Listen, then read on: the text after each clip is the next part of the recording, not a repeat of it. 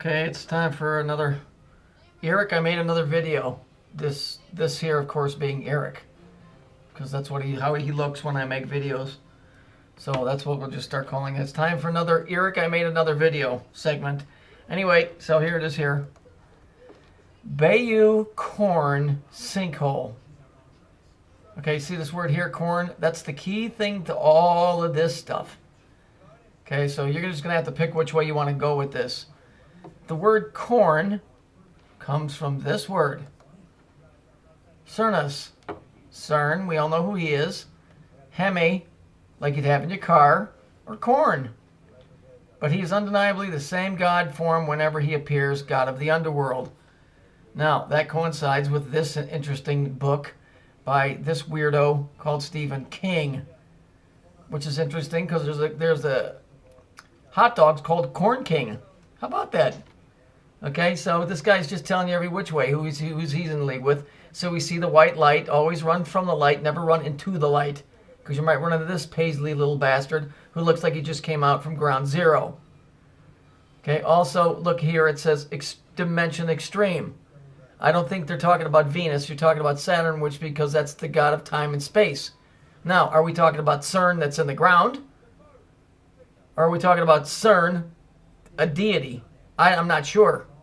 All I know is it's children of the corn don't look like it's candy corn. Okay, it looks bad. And it's Genesis. How about that? So dimension extreme, that would be Saturn. Genesis, that would be Saturn, because Saturn, if you understand how the Bible is written, is the Alpha and the Omega, because they're not talking about the God that you have so conveniently imagined in your head. And to prove it, here it is. Here's Cernus right here. You notice he's a square within a square with 4 cubes inside of it. And he's purple and yellow. Isn't that neat? How fascinating that is. Let's see here for a second. Let me see something. So then we look here, and it says, the fifth angel sounded a trumpet, and I saw a star that had fallen from the sky to the earth. The star was given the key to the shaft of the abyss. When the star angel opened the abyss, smoke rose like the smoke out of a gigantic furnace. The sun and the sky were darkened by smoke from the abyss. So we have to guess now, what is a star?